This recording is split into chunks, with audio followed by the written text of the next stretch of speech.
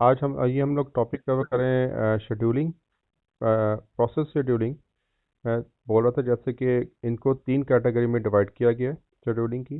Batch scheduling, interactive scheduling और real time scheduling. Batch scheduling का मतलब ये प्रोसेस हमारे पास इसी टाइप के होते हैं। बैच का मतलब ये होता है कि प्रोसेस हमारे पास एक बैच फॉर्म में होते हैं या क्यू फॉर्म में होते हैं, यानी कि एक प्रोसेस एग्जीक्यूट होगा, फिर नेक्स्ट, फिर नेक्स्ट, फिर नेक्स्ट, यानी कि पूरी जो प्रोसेसेस की जो क्यू होती है वो हमारे पास क्यू फॉर्म में आती है, कि बैच फॉर्म में आती है। इंटरेक्टिव प्रोसेसेस वो होते हैं, बैच की एग्जांपल हम इस तरीके से ले सकते हैं कि जब सिस्टम को हम ऑन करते हैं या इनिशलाइज करते हैं तो हमारे ऑपरेटिंग सिस्टम का जो प्रोसेसेस होते हैं वो एक बैच फॉर्म में पड़े होते हैं, जो वन बाय वन एक सीक्वेंस में एग्जीक्यूट होते हुए हमारे सिस्टम को लोड कर देते हैं। तो is the best example of the batch processing. इसके अलावा भी अगर हम कोई एप्लीकेशन बनाते हैं, फॉर एग्जांपल हम अपनी यूनिवर्सिटी की अटेंडेंस सिस्टम को ले लेते हैं, हम उसमें भी प्रोसेस को बैच फॉर्म में रख सकते हैं।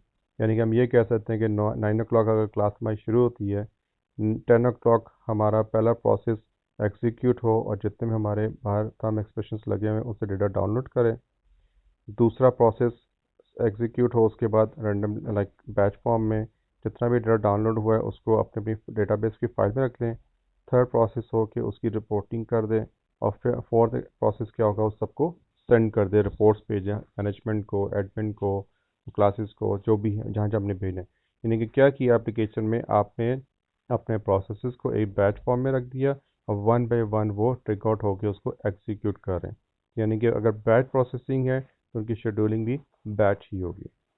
बैच हम लोग इसलिए करते हैं ताकि हमारा जो प्रोसेसेस हम चाहते हैं मैक्सिमम प्रोसेसेस हों, तो हम उसको क्यू में रख लेते हैं ताकि स्विचिंग में टाइम वेस्ट ना हो या सर्चिंग में टाइम हमारा वेस्ट ना हो कि आप किस प्रोसेस को हम एग्जीक्यूट करें। इंटरेक्टिव प्रोसेसेस या इंटरेक्टिव शेड्यूलिंग वो होती है, ऐसे प्रोसेसेस को डील करता है इंटरेक्टिव, जो प्रोसेस क्रिएट होते हैं बाय यूज़र। यानी कि हम जब सिस्टम ऑन करते हैं तो क्लिक क्लिक करके जो प्रोसेसेस हम लोग प्रोसेसेस को एक्टिवेट कर रहे होते हैं, उनको जो मैनेज कर रहा होता है वो इंटरेक्टिव शेड्यूलिंग के थ्रू वो मैनेज कर रहा होता है। Real time scheduling real time processes को डील करती है। रियल टाइम प्रोसेसेस वो होते हैं जो उसी टाइम आपको रिस्पॉन्ड है। जैसे कि हमारी एटीएम मशीन्स हैं, ठीक है, एटीएम मशीन की रियल टाइम प्रोसेसेस है। आप जाते हो अपनी मशीन में, ठीक है, उसमें आप अपना पिन नोट कोड डालते हो, उसी टाइम रियल टाइम में वो आपके प्रोसेसर में जाके आपके पिन कोड को वेरीफाई करता है। अगर आप वेरीफाई हो गए तो फिर आके प्रोसीड करता है। इसलिए अक्सर जब हम लोग एटीएम्स में जाते हैं या कैश मशीन्स में जाते हैं, हम नोट करते हैं कि बाद में हम कहते हैं सर्वर डाउन है। मशीन सामने है, ऑपरेटिंग सिस्टम रेडी है, वर्किंग मोड में, लेकिन क्योंकि वो रियल टाइम प्रोसेसर मशीन है, पीछे से उसको सर्वर एक्सेस नहीं हो रहा जहाँ से वो रियल टाइम रिस्पॉन्स आपको दे, इसलिए वो प्रोसेस नहीं होती। यानी कि रियल टाइम प्रोसेस को अगर शेड्यूल करना है तो हम लोग कहते हैं रियल टाइम शेड्यूलिंग के थ्रू हम लोग उसको करेंगे। अब बैच शेड्यूलिंग में हमारे पास तीन कैटेगरी है या तीन एल्गोरिदम्स हैं या तीन वे ऑफ शेड्यूल हैं बैच में, यानी कि first come first serve, shortage job first, या थ्री लेवल शेड्यूलिंग।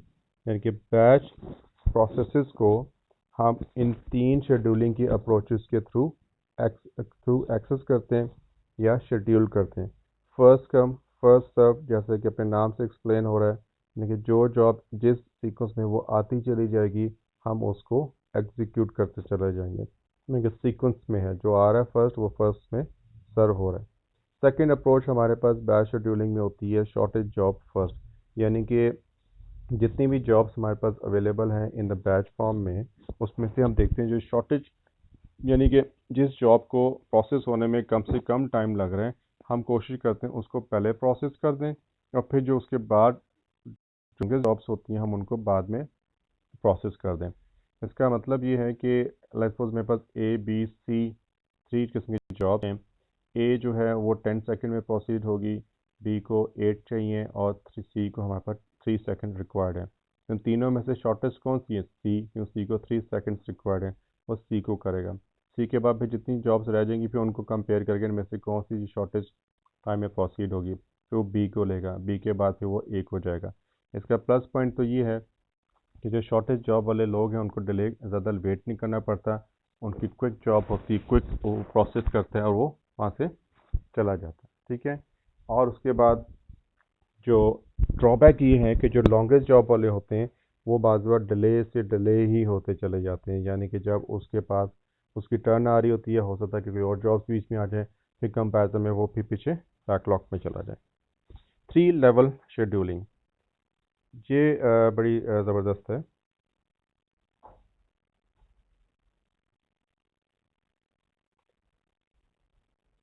सेकंड, कहते हैं, अब देखें, चलिए मैं दोबारा शेयर करता हूँ।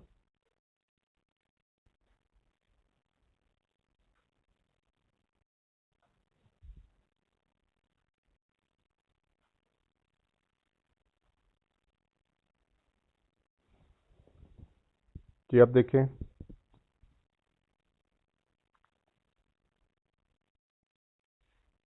ठीक है।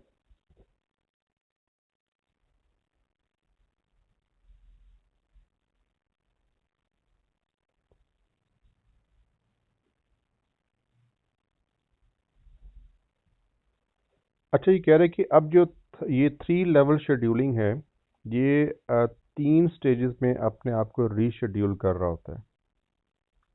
एक वो होता है जब आप प्रोसेसेस को क्लिक क्लिक क्लिक करते हैं, ठीक है, यानी कि यूज़र मोड में वो शेड्यूल हो रहा होता है, और फिर वो मेमोरी में चला जाता है। जो ही मेमोरी में वो लोड होता है, फिर मेमोरी उसको वहाँ जाके रीशेड्यूल कर रही होती है।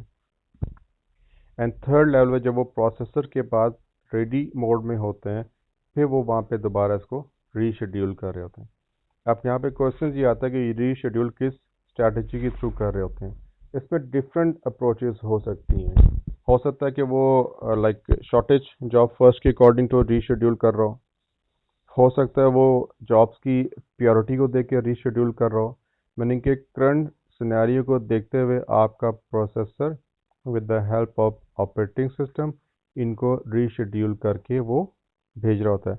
बाज़ बार ये भी पॉसिबल है कि वो प्रोसेस क्लिक होके क्यू अप हो जाता है, लेकिन उसकी रिसोर्स अवेलेबल नहीं होती या पूरा प्रोसेस लोड नहीं हुआ होता, इस वजह से वो डिले में चलाते हैं।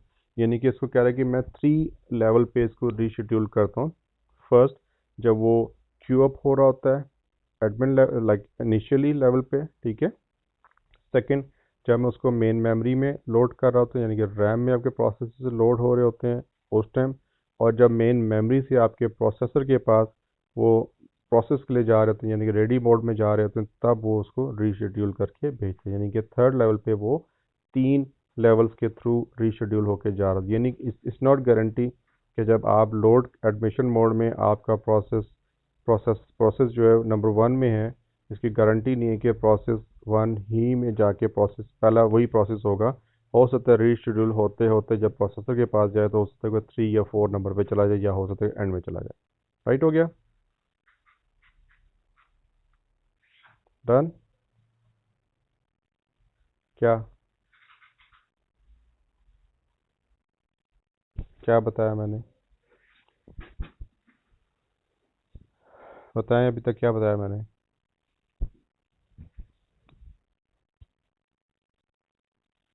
अभी तक शेड्यूलिंग के बारे में बताएं। शेड्यूलिंग में क्या बताया अभी तक हमने? कितनी टाइप की शेड्यूलिंग होती है?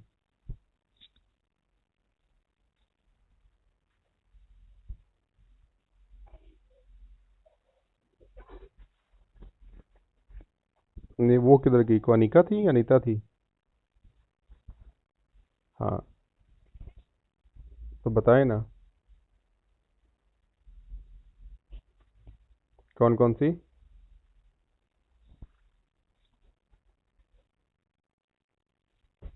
नहीं, वो तो मैंने बताया, तो पुरानी बात होगी। 3 टाइप्स की होती हैं: बैच शेड्यूलिंग, इंटरेक्टिव शेड्यूलिंग और रियल टाइम शेड्यूलिंग। और अभी हम किस चीज़ को पढ़ रहे हैं? अभी हम रियल को डिस्कस, बैच शेड्यूलिंग को डिस्कस कर रहे हैं, या रियल को डिस्कस कर रहे हैं, या इंटरेक्टिव को कर रहे हैं?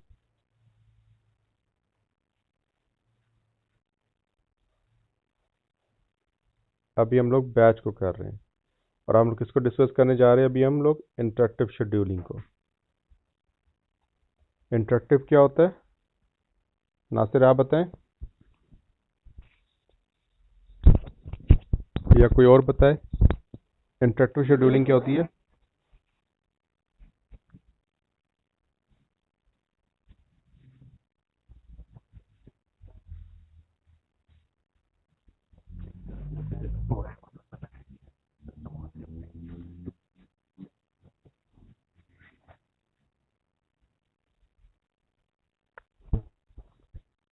यानी कि इंटरेक्टिव प्रोसेसेस वो हैं, यानी कि जो एग्जैक्टली जिन प्रोसेसेस को आप हमारा यूज़र क्रिएट कर रहा होता है उनको हम लोग कहते हैं इंटरेक्टिव प्रोसेसेस या इंटरेक्टिव शेड्यूलिंग। तो अगर जो यूज़र्स क्रिएट कर रहा होता है प्रोसेसेस और वो अनलिमिटेड होते हैं, you have no idea and system have no idea कि इस किस टाइम मेरा यूज़र किस किस्म की मुझे टास्क परफॉर्म करने को दे दे और किसके बाद क्या दे दे, तो उसको कैसे मैनेज करना है, तो उसके लिए उसके पास ये थोड़े से एल्गोरिदम्स मौजूद हैं, ये अप्रोचेस मौजूद हैं। आप इसको ये ध्यान में रखना कि आपके ऑपरेटिंग सिस्टम का ये लाइक सारी जो है ना मेथड्स अवेलेबल हैं, वो according to the situations best move लेगा जो उसके लिए बेहतर समझेगा। इस चीज़ की एक गारंटी नहीं कि हर वक्त ये एक ही टाइप की शेड्यूलिंग कर रहा हो, वो सिनेरियो चेंज होता चला जाएगा, उसकी अप्रोचेस चेंज होती रहेगी, क्योंकि ऑपरेटिंग सिस्टम की प्रायोरिटी में ये होता है कि आपको क्विक रिस्पांस देना है। कैसे देना है ये आपका मसला नहीं, ये ऑपरेटिंग सिस्टम का मसला है। यूज़र जो मांग रहा होता है ऑपरेटिंग सिस्टम से वो रिस्पांस फास्ट मांग रहा होता है। उसमें क्या था कि मेरे पास फर्स्ट अप्रोच होती है इंटरेक्टिव में, राउंड रॉबिन शेड्यूलिंग है। राउंड रॉबिन का मतलब ये है, ये हम लोग अक्सर डिस्कस कर चुके हैं, कि आपके जितने भी प्रोसेसेस एक्टिवेट हुए होते हैं वो राउंड फॉर्म में रखता है और सबको इक्वली टाइम शेयर करके वो स्विच करता रहता है और उनको प्रोसेस करता रहता है, थोड़ा थोड़ा थोड़ा थोड़ा थोड़ा थोड़ा। जैसे कि मैंने कहा कि हम लोग अभी वॉइस साउंड कार्ड यूज़ कर रहे हैं, हमारा लेक्चर भी चल रहा है, बीच में आप लोग भी बोलते हो, पीछे कोई बैकग्राउंड का म्यूज़िक शुरू होता है या मैं बीच में वीडियो ऑन कर देता हूँ, तो वो क्या करेगा, मेरे कितने प्रोसेस एक्टिवेट हो गए हैं, लेक्चर चल रहा है, आप बात कर रहे हो, बैकग्राउंड म्यूज़िक चल रहा है, ठीक है, 3 प्रोसेस हमारे इंटरेक्टिवली क्रिएट हो गए बाय द यूज़र। तो इन तीनों को वो राउंड रॉबिनली मैनेज करेगा, थोड़ा टाइम मुझे देगा, फिर स्विच कर देगा दूसरे पे, फिर स्विच करेगा तीसरे पे, फिर दोबारा राउंड करके पहले पे आ जाएगा। और वो इतना फास्ट राउंड रॉबिनली कर रहा होता है कि वो आपको लग रहा होता है स्मूथली चल रहा होता है। लेकिन हर मशीन की कैपेसिटी होती है, जब आप उसको कैपेसिटी से ओवरलोड कर देते हो फिर आप देखोगे उसमें थोड़ा थोड़ा स्किपिंग आना शुरू होती है। आप बेशक अपने सिस्टम को sound card click click click करके 5-6 सॉन्ग्स एक साथ ऑन कर लें, कुछ लिमिट के बाद आप देखोगे कि आपकी आवाज़ों में स्किप आना शुरू होता है, यानी कि उसमें जो आपकी जो प्रोसेसर है उसकी प्रोसेसिंग कैपेसिटी से थोड़ा आप बियॉन्ड द लिमिट जाना शुरू हो गया, तो वो उस हिसाब से उसमें डिले करता रहेगा, यानी कि आपके प्रोसेसेस को राउंड फॉर्म में वो शेड्यूल करके उसको एग्जीक्यूट करना शुरू कर देता है। प्रायोरिटी शेड्यूलिंग, फिर आप के यूज़र के जो प्रोसेसेस एक्टिवेट होते हैं उनको प्रायोरिटाइज कर लेते हो। फॉर एग्जांपल, हमने एक प्रिंटर शेयरिंग में लगाया होता है पूरे नेटवर्क में, अब उसको हमने लिखा होता है कि जो टीचर्स की तरफ से प्रिंट आउट आते हैं उनको प्रायोरिटी में कर लो और जो स्टूडेंट्स की तरफ से आएंगे उनको आप डिले कर दो। यानी कि अगर स्टूडेंट्स ने प्रिंट भेजे हुए हैं और इस दौरान में किसी टीचर ने प्रिंट भेज दिया है, तो प्रायोरिटी किस प्रोसेस की होगी? टीचर की। तो जितने भी प्रोसेसेस होंगे उनको वो होल्ड कर लेगा, ठीक है। जो प्रिंट हो रहा है उसको तो नहीं कर सकता क्योंकि वो रिसोर्स हमारी नॉन प्रिमिटिव है, लेकिन उसके बाद का जो शेड्यूल प्रोसेस होता है उसको वो होल्ड कर लेगा, क्योंकि प्रायोरिटी प्रोसेस आ गया है या प्रायोरिटी इंस्ट्रक्शंस आ गई हैं कि टीचर के प्रिंट को आपने प्रिंट आउट करना है फर्स्ट, देन बाकी। यानी कि हम प्रोसेसेस को प्रायोरिटाइज कर सकते हैं।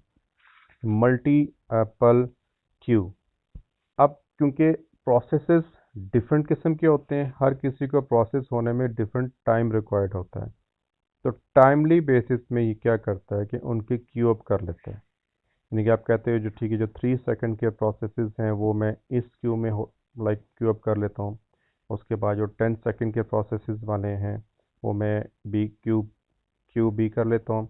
इस तरह इन सब के प्रोसेसेस जितने आपने एक्टिव किए होते हैं वो उनको क्यू अप कर लेते हैं, तो क्यू अप करने के बाद फिर वो बारी बारी क्यू को एग्जीक्यूट करता है और वो फिर प्रोसेस को फास्ट एग्जीक्यूट करता है। क्योंकि इसलिए हो सकता है कि आप चाहो कि जी अब इसमें प्योरिटीज़ भी मल्टीपल ऑप्शन के साथ अप्लाई हो सकते हैं। हो सकता है कि शॉर्टेज जॉब्स की क्यू लगा दी है, बैच फॉर्म में आ गई है, वो उसको हो सकता है कि 3 सेकंड की वजह से आपको 3 3 3 करके फटाफट प्रोसेस कर दो। अगर हम क्यू अप नहीं करते, रेंडमली पढ़ें, तो आपको उसकी सर्चिंग में ये भी थोड़ा बहुत सेकंड्स का डिले मिलेगा। तो उस डिले से बचने के लिए, आपके प्रोसेसिंग को एफिशिएंट बनाने के लिए, वो सबको क्यू अप कर लेता है और फिर 1 बाय 1 क्यू को एग्जीक्यूट करके साइड पे कर देता है। फिर कहते हैं उसके बाद ऑप्शंस होती है शॉर्टेस्ट प्रोसेस नेक्स्ट यानी कि वो ये इसको भी फॉलो अप कर सकता है कि देखता है जितने भी मेरे पास प्रोसेसेस एक्टिव हुए हैं, उनमें से जो शॉर्टेस्ट हैं मैं उनको पहले प्रोसीड करूं, और जो लॉन्गेस्ट होते हैं मैं उनको आराम से फुल टाइम दूं। यानी कि उसके कहने का मतलब ये होता है कि वो आपके प्रोसेसर को, आपके बाकी रिसोर्सेज को छोटे छोटे प्रोसेसेस से फ्री करने के बाद फुल कैपेसिटी के साथ वो बिग प्रोसेस को प्रोसेस करने के लिए यूटिलाइज करें, ताकि आपका जो बिग या लॉन्ग प्रोसेस है वो एज क्विक एज पॉसिबल हम उसे प्रोसीड कर सकें। तो वो उसको शॉर्टेज प्रोसेस नेक्स्ट के एल्गोरिथम को एक्टिवेट कर देगा। ग्रंटेड शेड्यूलिंग का मतलब ये है कि ये जब आप किसी भी प्रोसेस को एक्टिवेट करते हो, तो इधर आपको ऑपरेटिंग सिस्टम आपको गारंटी दे देता है, सून और later I will proceed your request. ठीक है, यानी कि ये नहीं कि आपने क्लिक कर दिया और आपका वो जो प्रोसेस था वो प्रोसेस ही नहीं होगा। यानी कि आप ग्रंटेड शेड्यूलिंग का मतलब है कि जब आपका प्रोसेस एक्टिवेट हो गया, तो वो आपको गारंटी दे देगा इट गोना बी प्रोसीड सून और लेटर। लॉटरी शेड्यूलिंग का मतलब ये है कि आप राउंड रॉबिन में काम कर रहे हैं या किसी भी प्योरिटी स्कीम में काम कर रहे हैं, उसमें से अगर किसी प्रोसेस की आप लॉटरी एलोकेट कर देते हैं या लॉटरी निकल आती है, या lottery according to the purity होती है, तो वो क्या करेगा? Let's suppose A B C D हमारे पास 4 प्रोसेस एक्टिवेट हो गए और इनमें से सी की हमने लॉटरी एलोकेट कर दी। अगर वो ए को 3 सेकंड दे रहा है, बी को 3 सेकंड दे रहा है, डी को 3 सेकंड दे रहा है, तो सी को वो 10 सेकंड देगा। यानी कि जिस प्रोसेस की लॉटरी एलोकेट होगी है, वो उसको बाकी प्रोसेसेस से ज़्यादा टाइम देगा फॉर द प्रोसेसिंग, ताकि वो जल्द अज जल्द प्रोसेस हो सके। इसको हम लोग कहते हैं lottery scheduling. Fair share scheduling का मतलब ये है कि फेयर शेयर शेड्यूलिंग में मतलब है कि there is no priorities, no lottery, no nothing. जिस तरीके से आपके प्रोसेसेस आते जा रहे हैं, सबको वो राउंड रॉबिनली इक्वली प्योरिटी में रख के प्रोसीड करेगा। तो उसको हम लोग कहते हैं fair share scheduling. Is that clear?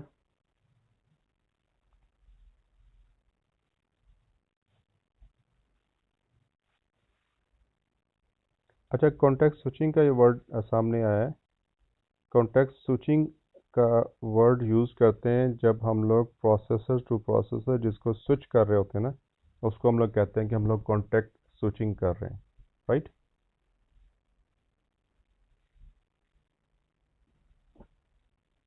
ठीक है, कोई चीज़ समझ में चैप्टर कंप्लीट हो गया है। रियल टाइम शेड्यूलिंग आप खुद देख लेना। ठीक है, अगर कोई चीज़ समझ में ना आई तो बताएं।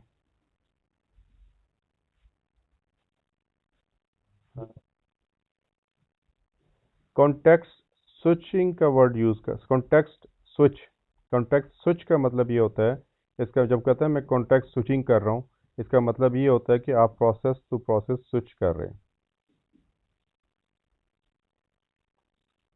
की वर्ड है ना, मैं कह रहा हूँ की वर्ड है। नजर आ रहा स्क्रीन में?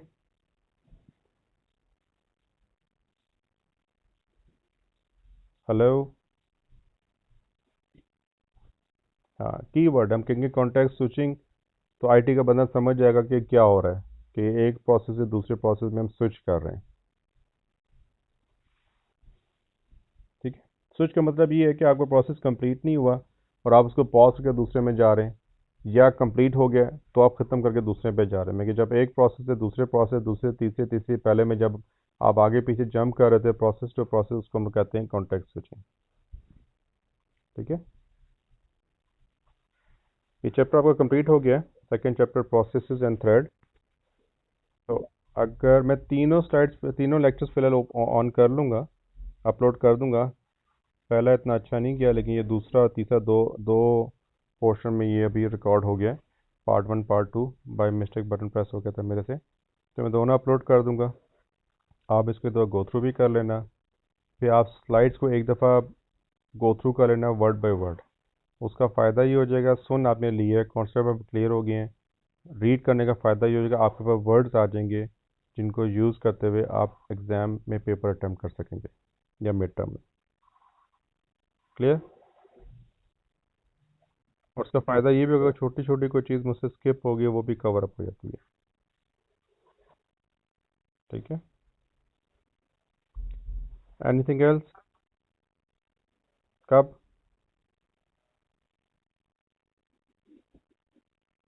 मैं कि जब आप खुद स्लाइड को गो थ्रू करेंगे ना, लेक्चर सुन के अभी गो थ्रू करेंगे, तो कुछ अगर मैंने स्किप कर दी है या रह गई है तो वो कवर अप हो जाएगी आपसे। अगर फिर भी समझ में नहीं आएगी तो फिर हम मिलकर दोबारा रिवाइज कर लेंगे। ठीक है, एनीथिंग? अभी दो हुए बेटे, टोटल में 7 या 8 हैं।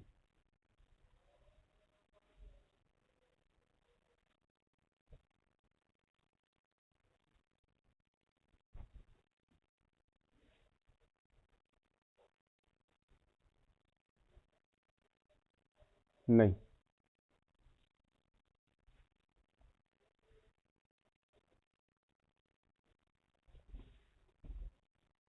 हाँ, हम लोग सिर्फ इतना कर सकते हैं। आप देखते हो कि जब हम ऑल्ट कंट्रोल डिलीट करते हैं, हमारे पास टास्क मैनेजर खुल जाता है, उसमें प्रोसेसेस नज़र आ रहे होते हैं, उसमें राइट क्लिक करके हम इसकी प्योरिटी आगे ऊपर नीचे कर सकते हैं। ठीक है, प्रोसेस को किल कर सकते हैं, प्रोसेस को प्योरिटी कर सकते हैं। ठीक है, वो कर सकते हैं हम।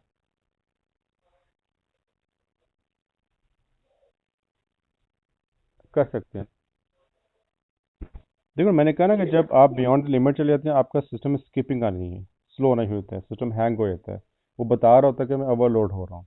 तो भी हम आर्ट कंट्रोल डील करते हुए जाके हम खुद से देखते हैं और देखते हैं कि अभी कौन से प्रोसेस जो अननेसेसरी इस टाइम में उसको डिलीट कर दूँ। तो भाई जो आप कहते हैं, जो मेरा प्रोसेस करते हैं ये as soon as possible proceed हो जाए, हम उसको राइट क्लिक करते हैं, प्योरिटी में ले जाते हैं, ताकि वो प्रायोरिटाइज हैं, आपके ऑपरेटिंग सिस्टम को बता देते हैं ताकि वो उसको ज़्यादा प्योरिटी दे और जल्दी प्रोसेस करने की कोशिश करे। हम कह सकते हैं, फोर्स नहीं कर सकते हैं, क्योंकि इंटरनल सिचुएशंस को ऑपरेटिंग सिस्टम बेहतर समझता है, वो अपने हिसाब से चीज़ों को प्रोसीड कर रहा होता है।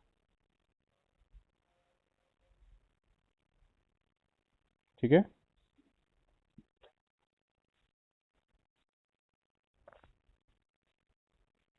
देखो बात ये है कि हम तो उसको टास्क दे ही जा रहे होते हैं ना। हमें तो नहीं पता कि ना ही हमारे पे इतनी कैलकुलेशन है कि हमें पता हो कि हमारे प्रोसेसर की लिमिट फुल हो गई है या रैम फुल हो गई है। हमें तो तब मालूम होता है जब हमारा सिस्टम हैंग हो जाता है या स्किप करना शुरू कर देता है, तो वही फील कि यार ओवरलोड हो रहा है, फिर हम उसकी हेल्प करते हैं। ठीक है, क्योंकि वो तो ऑपरेटिंग सिस्टम का काम है कि हमारे ऑर्डर को फॉलो करना, वो नो नहीं कह सकता।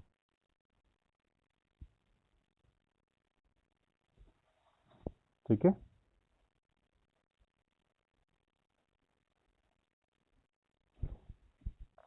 Is that clear? और कुछ चीज़? ठीक हो गया। अच्छा, अटेंडेंस किसकी रह गई थी? अच्छा, सदाम की थी।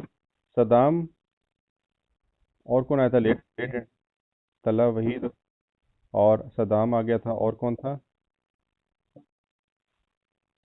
वासफ अली। चलिए सारे ही हो गए ना, 3 4 रह गए थे।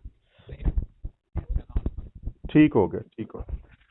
ठीक है, मैं लगा लेता हूँ। अच्छा, अभी थोड़ी देर में मैं अपलोड करके लेक्चर्स की जो लिंक्स होंगे ना, वो मैं आपके जो ग्रुप बना हुआ है व्हाट्सएप पे उसमें शेयर कर दूंगा। ठीक है, चलिए सही है। सी यू इंशाल्लाह,